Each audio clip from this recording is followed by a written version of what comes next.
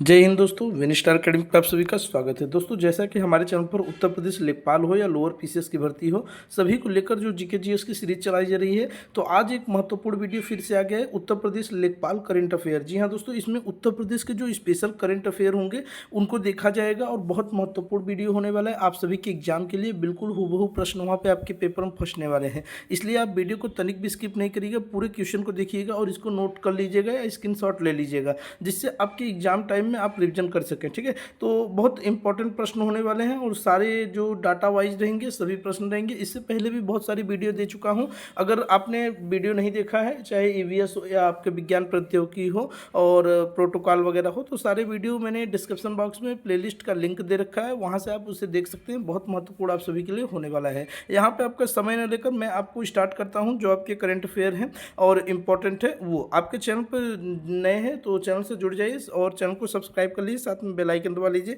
जिससे जो अगले इंपॉर्टेंट वीडियो हो उसका नोटिफिकेशन आप तक पहुंच सके। चलिए दोस्तों, स्टार्ट करते हैं। तो पहले स्टार्ट करेंगे यहाँ पे आपके करंट अफेयर से शेखा झील पक्षी अभ्यारण्य। ठीक है, शेखा झील पक्षी अभ्यारण्य देखिए कुछ अप्रैल के हैं, बाकी सब मार्च से लेकर नीचे तक के जितने भी करंट अफेयर हैं इंपॉर्टेंट है जो आपके एग्जाम में छपने वाले हैं। ठीक है, शेखा झील पक्षी अभ्यारण्य को रामसर स्थल का दर्जा मिल गया। आप सभी को बता दें, उत्तर प्रदेश में अब कुल 12 रामसर स्थल हो गए हैं। इससे पहले ये 11 थे, जिसमें पटना जो एटा वाला शामिल किया गया था वो 11वां था। बाकी 22 अप्रैल 2026 को उत्तर प्रदेश के अलीगढ़ में स्थित शेखा झील पक्षी अभ्यारण्य को भारत का 99वां रामसर स्थल घोषित किया गया, जो उत्तर प्रदेश में अब कुल बढ़कर 12 रामसर स्थल हो गए हैं और बहुत महत्वपूर्ण होने वाला है। उत्तर प्रदेश के अन्य रामसर स्थल कौन कौन से हैं, तो देखिए मैंने आपको बताया, ये 11वां नंबर पटना पक्षी अभ्यारण्य एटा का है। बाकी नवाबगंज पक्षी अभ्यारण्य उन्नाव में है, पार्वती अर्गा पक्षी अभ्यारण्य गोंडा में, समन पक्षी अभ्यारण्य मैनपुरी, समसपुर पक्षी अभ्यारण्य रायबरेली, सतसई नावर झील इटावा और शांडी पक्षी अभ्यारण्य हरदोई और सूर सरोवर आगरा, बखीरा पक्षी अभ्यारण्य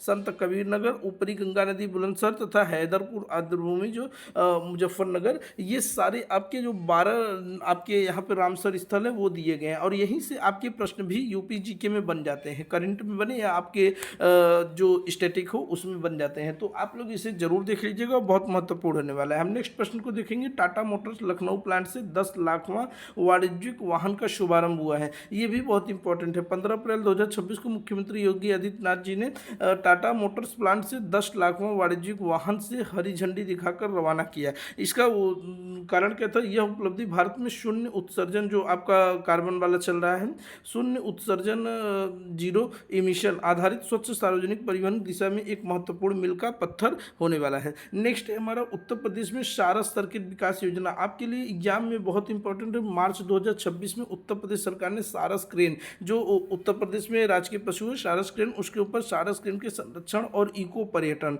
इको टूरिज्म को बढ़ावा देने के लिए सारस सर्किट विकसित करने की घोषणा की है। ये क्या है, तो सारस क्रेन उत्तर प्रदेश का राजकीय पक्षी है तथा यह विश्व का सबसे ऊंचा उड़ने वाला पक्षी माना जाता है। इस परियोजना के अंतर्गत क्या होगा, तो इस परियोजना के अंतर्गत मैनपुरी जिले जो है, मैनपुरी जिले यहाँ पे देख सकते हैं, मैनपुरी जिले के किरथुआ, सहस, कुर्रा जरावा, सोज और समन क्षेत्रों को शामिल किया गया है। इटावा जिले के सरसई नावर और परौली रामायण क्षेत्र भी इस सर्किट का हिस्सा बनाए गए हैं। आप पूरे स्थान को याद रखिएगा। इस योजना का क्रियान्वयन वन विभाग तथा उत्तर प्रदेश इको टूरिज्म विकास बोर्ड द्वारा किया जाएगा। ये आपके इंपॉर्टेंट हैं। ठीक है, नेक्स्ट है हमारा लखनऊ उत्तर प्रदेश का पहला जीरो फ्रेश वेस्ट डंप शहर बन गया है। तो कैसे बना, तो जनवरी 2026 में लखनऊ ने नगरीय ठोस अपशिष्ट का 100% जो प्रतिशत वैज्ञानिक संस्करण कर स्वच्छ भारत मिशन शहरी के तहत राज्य का पहला जीरो फ्रेश वेस्ट डंप शहर बन गया है। और आपके एग्जाम में पूछा जा सकता है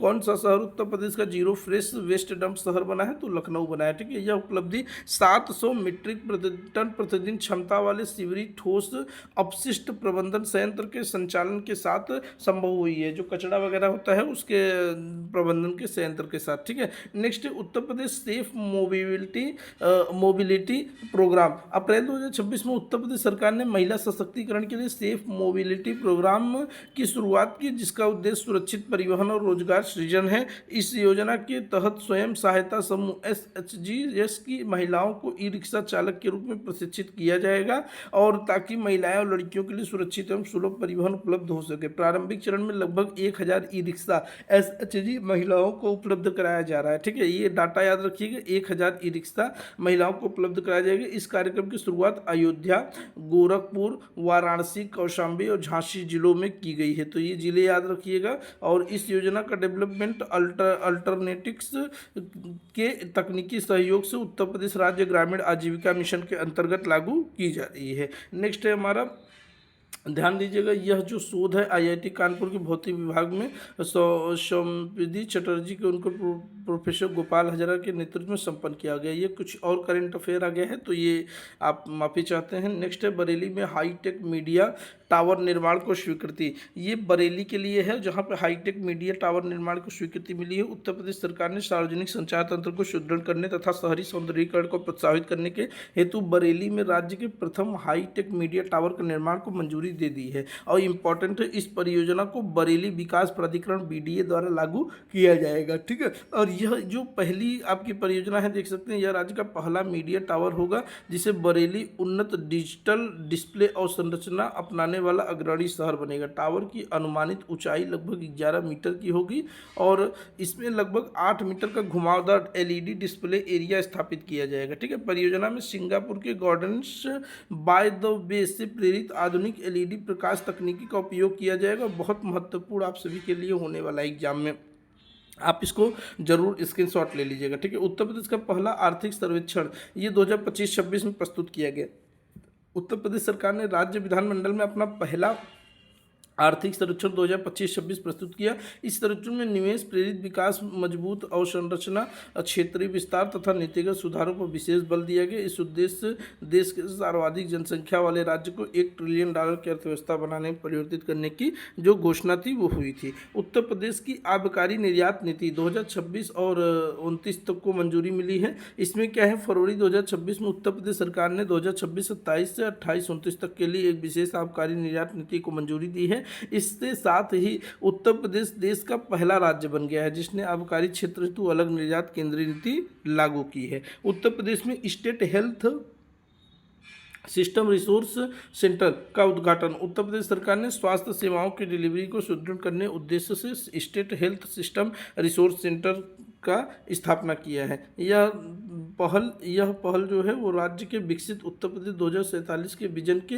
अंतर्गत अनुरूप आती है। ठीक है, नेक्स्ट हमारा जो है वो बहुत इंपॉर्टेंट है, राष्ट्रीय सांख्यिकी प्रणाली प्रशिक्षण अकादमी NSSTA का 18वां स्थापना दिवस हुआ है। सांख्यिकी एवं कार्यक्रम कार्यान्वयन मंत्रालय MOSPI के जो तहत संचालित NSSTA ने ग्रेटर नोएडा में अपना 18वां स्थापना दिवस मनाया है। इस वर्ष का जो थीम था वो था reimagining capacity building for official statistics to achieve the vision of Viksit Bharat @ 2047 रखा गया है। इसका आप थीम याद रखिएगा, बहुत इंपॉर्टेंट है। इसका तात्पर्य क्या है, विकसित भारत @ 2047 के लक्ष्य की प्राप्ति हेतु आधिकारिक सांख्यिकी प्रणाली में क्षमता निर्माण के नए दृष्टिकोण को अपनाना। नेक्स्ट है, मथुरा में राष्ट्रीय गौ संस्कृति संग्रहालय की स्थापना हुई है। बहुत बार ये इंपॉर्टेंट प्रश्न है और पूछा जा सकता है। ठीक है, राष्ट्रीय गौ संस्कृति संग्रहालय कहाँ बना है, तो उत्तर प्रदेश के मथुरा में बना है। और ये आपका संग्रहालय का विकास जो है वो मथुरा स्थित पंडित दीनदयाल उपाध्याय पशु चिकित्सक विज्ञान विश्वविद्यालय परिसर में किया जाएगा। इसमें भारतीय गोवंश की लगभग 100 डिजिटल एवं भौतिक प्रतिमाओं का प्रदर्शन किया जाएगा जिनमें प्रमुख स्वदेशी एवं विलुप्त प्राय नस्लें शामिल होंगी। ठीक है, और 3D तरीके से समझाया जाए। कानपुर में एरोनॉटिक्स एवं रक्षा कौशल के लिए राष्ट्रीय उत्कृष्टता केंद्र। ठीक है, 19 फरवरी 2026 को प्रधानमंत्री नरेंद्र मोदी ने कानपुर के राष्ट्रीय कौशल प्रशिक्षण NSTI में एरोनॉटिक्स और रक्षा क्षेत्र में कौशल विकास हेतु राष्ट्रीय उत्कृष्टता केंद्र स्थापित करने की घोषणा की है। ठीक है, नेक्स्ट है आपका जो बहुत इंपॉर्टेंट है, उत्तर प्रदेश राज्य डेटा सेंटर प्राधिकरण का गठन। ये क्या हुआ है, तो उत्तर प्रदेश सरकार ने मुख्यमंत्री योगी आदित्यनाथ के नेतृत्व में राज्य डेटा सेंटर प्राधिकरण स्थापित करने की घोषणा की है। इसके साथ ही ही राज्य को data centre, artificial intelligence AI तथा अन्य उभरती तकनीकों के प्रमुख हब के रूप में विकसित करने की दिशा के नीतियों को प्रस्तुत किया है। इस प्राधिकरण का उद्देश्य डेटा प्रबंधन व्यवस्था को मजबूत करना, विभागीय आंकड़ों का समन्वय स्थापित करना तथा प्रमाण आधारित नीति निर्माण को प्रोत्साहित करना इसका उद्देश्य था। उत्तर प्रदेश में सेमीकंडक्टर परियोजना अवसंरचना विकास पहल 21 फरवरी 2026 को ये शुरुआत हुआ है। प्रधानमंत्री नरेंद्र मोदी ने वर्चुअल माध्यम से उत्तर प्रदेश में HCL फॉक्सकॉन सेमीकंडक्टर यूनिट का शिलान्यास किया है। 22 फरवरी 2026 को दिल्ली मेरठ नमो भारत कॉरिडोर के शेष खंडों पर और मेरठ मेट्रो का उद्घाटन भी किया गया है। ठीक है, दोनों ही इंपॉर्टेंट प्रश्न है, ध्यान दीजिएगा, दोनों ही आपके लिए एग्जाम में इंपॉर्टेंट होने वाला है। मुख्यमंत्री योगी आदित्यनाथ के सिंगापुर दौरे के बाद उत्तर प्रदेश में निवेश के नए अवसर, तो पूछा जा सकता है कहाँ पे दौरा किए थे, तो ये सिंगापुर में किए थे। मुख्यमंत्री योगी आदित्यनाथ के सिंगापुर दौरे उपरांत राज्य के करीब 1 लाख करोड़ रुपए निवेश प्रस्ताव हासिल हुए हैं। कुल निवेश प्रस्तावों का जो आपका अनुमानित मूल्य लगभग 1 लाख करोड़ रुपए है। इनमें से लगभग 60,000 करोड़ रुपए के MOU पे जो सिग्नेचर हुआ इन्वेस्ट यूपी के माध्यम से औपचारिक रूप से संपन्न किए गए हैं। नेक्स्ट है हमारा मुख्यमंत्री योगी आदित्यनाथ की जापान यात्रा। देखिए, सिंगापुर यात्रा हो गई, अब जापान यात्रा। उत्तर प्रदेश में निवेश समझौते, उत्तर प्रदेश सरकार ने जापानी कंपनियों के साथ लगभग 11,000 करोड़ रुपए जो 11,000 करोड़ रुपए के निवेश समझौते पर हस्ताक्षर किए। प्रारंभिक स्तर पर लगभग 11 करोड़ रुपए के निवेश का आश्वासन प्राप्त हुआ है, जिसका लक्ष्य औद्योगिक गतिविधियों को गति देना है। इन समझौते में कुबोटा कॉर्पोरेशन, मिंडा कॉर्पोरेशन तथा Japan aviation electronic industry JAE जैसे प्रमुख कंपनियां सहभागी हैं। नेक्स्ट है मिर्जापुर में पूर्वांचल का पहला यार्न प्रोसेसिंग प्लांट, और इम्पॉर्टेंट है आप सभी के एग्जाम के लिए। उत्तर प्रदेश के मिर्जापुर जिले में पूर्वांचल का पहला यार्न प्रोसेसिंग प्लांट स्थापित किए जाने की योजना बनाई गई। इस संयंत्र का उद्देश्य कालीन उद्योग को स्थानीय स्तर पर संसाधित धागे की सुचारू उपलब्धता सुनिश्चित करना, जिससे बाहरी राज्यों पर निर्भरता कम हो। यह परियोजना सार्वजनिक निजी भागीदारी PPP मॉडल के तहत विकसित की जाएगी। नेक्स्ट है बरेली हवाई अड्डा ग्राहक संतुष्टि सर्वेक्षण में उत्कृष्ट प्रदर्शन, बहुत इंपॉर्टेंट है। बरेली हवाई अड्डे ने भारतीय विमानपत्तन प्राधिकरण AAI के ग्राहक संतुष्टि सर्वेक्षण में उत्तर प्रदेश में पहला और राष्ट्रीय स्तर पर 7वां स्थान प्राप्त किया है। राउंड 2 में राष्ट्रीय स्तर पर 62 हवाई अड्डे में इसे 7वां स्थान प्राप्त हुआ है। इस सर्वेक्षण में भोपाल का राजा भोज हवाई अड्डा और खजुराहो हवाई अड्डा, औरंगाबाद हवाई अड्डा संयुक्त रूप से पहले स्थान पर हैं। और इसमें नेक्स्ट क्या है, मूल्यांकन क्या है, तो चेक इन प्रक्रिया, सुरक्षा व्यवस्था, स्वच्छता और संकेत व्यवस्था, कर्मचारियों के व्यवहार तथा यात्री सुविधाओं सहित 30 से अधिक मानकों के आधार पर ये जांच आपकी हुई थी, एनालिसिस इसका किया गया था। ठीक है, नेक्स्ट आपका है वर्ष 2025 में जो पर्यटन क्षेत्र में उत्तर प्रदेश की अग्रणी स्थिति क्या थी, तो यहाँ पर देख सकते पर्यटन मंत्रालय के आंकड़ों के अनुसार वर्ष 2025 में उत्तर प्रदेश घरेलू पर्यटन के मामले में देश का सबसे अधिक पसंद किया जाने वाला राज्य बनकर उभरा है। मार्च 2026 में प्रकाशित हुआ है। घरेलू पर्यटकों की दृष्टि से राज्य ने पहला स्थान प्राप्त किया, वहीं विदेशी पर्यटकों के आगमन में उत्तर प्रदेश चौथे स्थान पर रहा है। नेक्स्ट है हमारा बाराबंकी की जो नवाचारक छात्रा को प्रधानमंत्री राष्ट्रीय बाल पुरस्कार मिला है। उत्तर प्रदेश की बाराबंकी की जो 17 वर्षीय छात्रा को किसानों के स्वास्थ्य सुरक्षा हेतु विकसित तकनीक नवाचार के लिए जो प्रधानमंत्री राष्ट्रीय बाल पुरस्कार का चयनित किया गया। बहुत इंपॉर्टेंट आपका ये क्वेश्चन होने वाला है। नेक्स्ट है हमारा यहाँ पे और जो मिला है, किसे मिला है, तो पूजा पाल को मिला है। नाम याद रखिएगा, प्रधानमंत्री यहाँ पे दिया गया प्रधानमंत्री राष्ट्रीय बाल पुरस्कार किसे मिला है, तो पूजा पाल को मिला है। ठीक है, पूजा पाल जी को मिला है। ठीक है, नेक्स्ट है हमारा ग्रेटर नोएडा में AI क्लिनिक की स्थापना, बहुत इंपॉर्टेंट है। जनवरी 2026 में उत्तर प्रदेश के ग्रेटर नोएडा में स्थित government institute of medical science में देश का पहला सरकारी अस्पताल आधारित आर्टिफिशियल इंटेलिजेंस AI क्लिनिक प्रारंभ किया गया। इस क्लिनिक का मुख्य उद्देश्य तकनीकी और जेनेटिक स्क्रीनिंग के माध्यम से रोगों की पहचान से अधिक सटीक बताना है। ठीक है, नेक्स्ट है हमारा वाराणसी में राष्ट्रीय वॉलीबॉल प्रतियोगिता का शुभारंभ, 4 जनवरी 2026 को इसका शुभारंभ होता है। प्रधानमंत्री नरेंद्र मोदी जी ने वर्चुअल माध्यम से इसका प्रारंभ किया था। वाराणसी में 72वीं राष्ट्रीय वॉलीबॉल प्रतियोगिता का उद्घाटन किया था। इसमें देश के 28 राज्य, देश भर के 28 राज्यों की टीमों ने भाग लेकर व्यापक भागीदारी सुनिश्चित की है। ठीक है, नेक्स्ट लखनऊ में ब्रेल पुस्तकालय की स्थापना हुई है। पूछा जा सकता है उत्तर प्रदेश में लखनऊ स्थित डॉक्टर शकुंतला मिश्रा राष्ट्रीय पुनर्वास विश्वविद्यालय में राज्य के पहले विश्वविद्यालय स्तरीय ब्रेल पुस्तकालय का शुभारंभ किया गया है।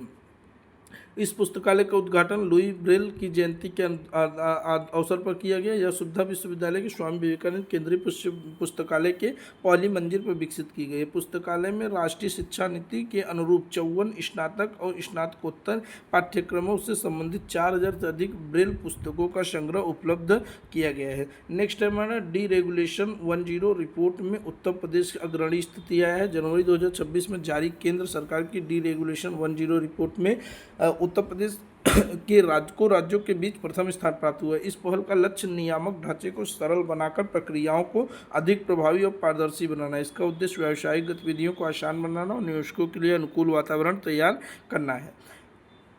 तो बहुत इंपॉर्टेंट सभी प्रश्न चल रहे हैं, आप चैनल को जरूर सब्सक्राइब कर लीजिए। नेक्स्ट है हमारा लखनऊ में अशोक लेलैंड ईवी विनिर्माण संयंत्र का उद्घाटन। 9 जनवरी 2026 को इसका उद्घाटन होता है।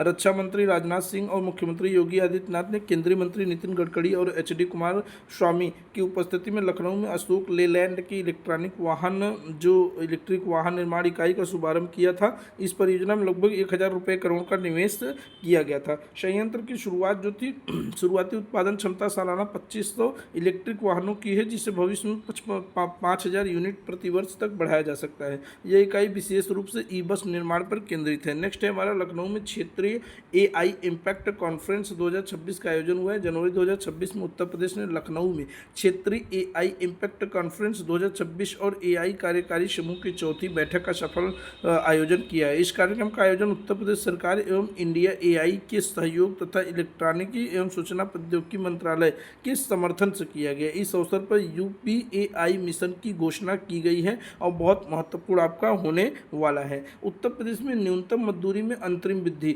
मजदूरियों में वृद्धि क्या हुई है तो देख लेते हैं। 14 अप्रैल 2026 को उत्तर प्रदेश सरकार ने अकुशल, अर्धकुशल और कुशल श्रमिकों के लिए न्यूनतम मजदूरी में अंतरिम वृद्धि की घोषणा की है। यह निर्णय नोएडा में हुए श्रमिकों के विरोध प्रदर्शन के बाद उन्हें त्वरित राहत देने के उद्देश्य से किया गया था। नोएडा और गाजियाबाद में अकुशल श्रमिकों के वेतन में लगभग 21% की वृद्धि की गई है। नगर निगम वाले जनपदों के श्रमिकों के वेतन में 15% तथा अन्य क्षेत्रों के श्रमिकों के वेतन में 9% की बढ़ोतरी की गई है। ऑपरेशन शिकंजा आपके एग्जाम में जरूर पूछा जा सकता है, बहुत महत्वपूर्ण भी होने वाला है। ऑपरेशन शिकंजा उत्तर प्रदेश में चलाया गया है। उत्तर प्रदेश पुलिस के आर्थिक अपराध शाखा EOW ने 6 से 11 अक्टूबर 2025 तक ऑपरेशन शिकंजा चलाकर राज्य भर में 23 फरार आर्थिक अपराधियों को गिरफ्तार कर लिया है। इस अभियान का उद्देश्य बड़े वित्तीय घोटाले में शामिल लंबे समय से फरार आरोपियों को पकड़ना का उद्देश्य था। ठीक है। नेक्स्ट है बोदाकी में एकीकृत औद्योगिक टाउनशिप और लॉजिस्टिक हब को मंजूरी मिली है। उत्तर प्रदेश सरकार ने ग्रेटर नोएडा के बोदाकी क्षेत्र में एक एकीकृत औद्योगिक टाउनशिप एवं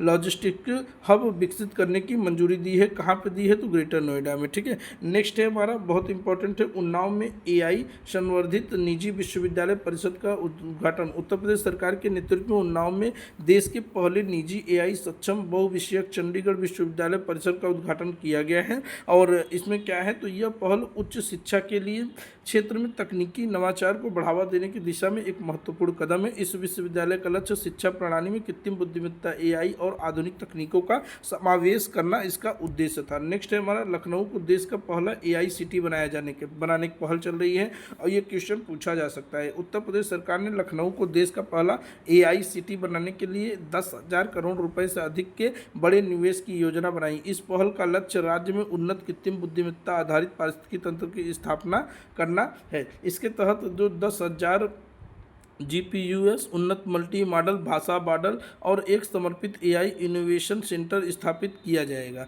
तो दोस्तों ये बहुत इंपॉर्टेंट जो प्रश्न थे वो हमने आपको दे दिए हैं और उसके बाद जो आपके बच गए हैं क्वेश्चन इंपॉर्टेंट तो वो आपको दिया जाएगा। ठीक है। नेक्स्ट वीडियो में आपके लिए इंपॉर्टेंट जो क्वेश्चन छूट गए हैं वो आपके लिए लाया जाएगा और इसलिए आप लोग पूरे क्वेश्चन को एकदम अच्छे से देख लीजिएगा और भी जो नेक्स्ट रहेंगे वो आपके लिए आते रहेंगे क्वेश्चन। और चैनल को सब्सक्राइब कर लीजिएगा, साथ में बेल आइकन दबा लीजिए, जिससे आपके लिए हर जो वीडियो हो वो आपके एग्जाम के लिए काफ़ी किफ़ायती होने वाला है और आप चैनल से जुड़े रहेंगे तो आपको बहुत फ़ायदा एग्जाम में होने वाला है। इसलिए चैनल को सब्सक्राइब कर लीजिए, साथ में बेल आइकन दबा लीजिए। चलिए दोस्तों मिलेंगे नेक्स्ट वीडियो में नए अपडेट के साथ। धन्यवाद। जय हिंद।